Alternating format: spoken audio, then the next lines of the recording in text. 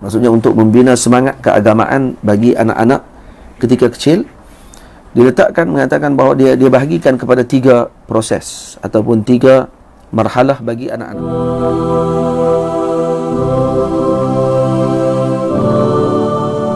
Ada seorang bahis bagi pendidikan anak-anak yang mana namanya Sadruddin Aidar daripada Turki. Beliau mengarang berkenaan dengan bagaimana cara untuk kita meletakkan ataupun membina Hissuddini atau Hassuddini indal atfal. Maksudnya untuk membina semangat keagamaan bagi anak-anak ketika kecil. Diletakkan, mengatakan bahawa dia bahagikan kepada 3 proses ataupun 3 marhalah bagi anak-anak. Yang ini marhalah tahun umurnya 1 tahun sampai ke 3 tahun. Marhalah umurnya 4 tahun sampai ke 6 tahun ataupun 7 tahun. Dan daripada tempoh 7 tahun tadi sampai kepada marhalah yang ketiga 7 tahun sampai ke 11 tahun bagi wanita, kanak-kanak kecil, perempuan, dan 7 tahun sampai ke 13 tahun bagi kanak-kanak lelaki.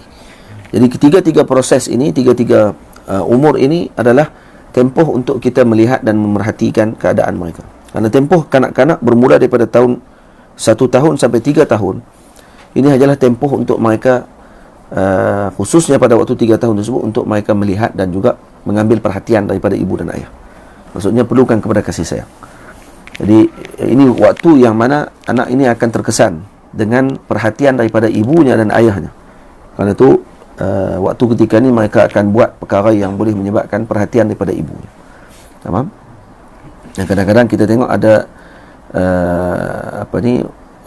waktu ini tidaklah terlalu besar dia punya ujiannya kerana masih kecil. Umur 4 tahun sampai ke umur 7 tahun, ini tempoh untuk dia mula taklid, mengikut kepada apa yang dia kagumi. Khususnya yang paling besar, kata Sadruddin Aidar, adalah ailahnya, keluarganya.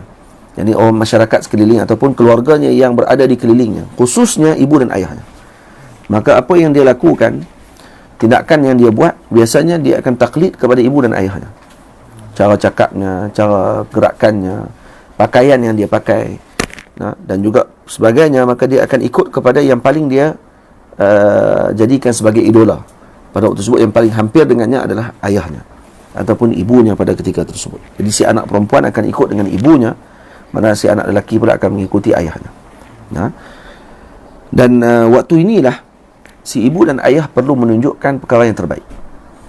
Karena ketika ini jika tidak ditunjukkan contoh tauladan yang terbaik, maka ini akan menyebabkan kesan besar ketika kanak-kanak ini mencapai umurnya 8 tahun dan ke 11 ataupun ke 13 tahun.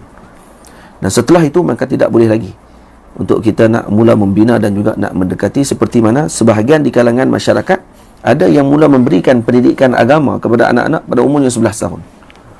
Maka waktu tersebut tidak sesuai lagi untuk disampaikan. Malah anak tadi akan menjadi memberontak dan dia tidak mau pada waktu tersebut. Illa man rahimah rabbuh. Jadi orang yang diberikan rahmat oleh Allah Subhanahu wa taala. Tapi kalau kata waktu ketika umurnya 4 tahun dan sampai kepada 7 tahun diberikan didikan agama, disebutkan kepadanya tentang Allah, disebutkan tentang Nabi SAW, ini perkara yang akan menyebabkan dia akan sentiasa mengingati perkara tersebut, bahawa dalam hidupnya ini ada Tuhan, dan hidupnya ini perlu kepada agama dan perlu kepada pendidikan akhlak dan juga membentuk perkara tersebut pada dirinya, insya-Allah.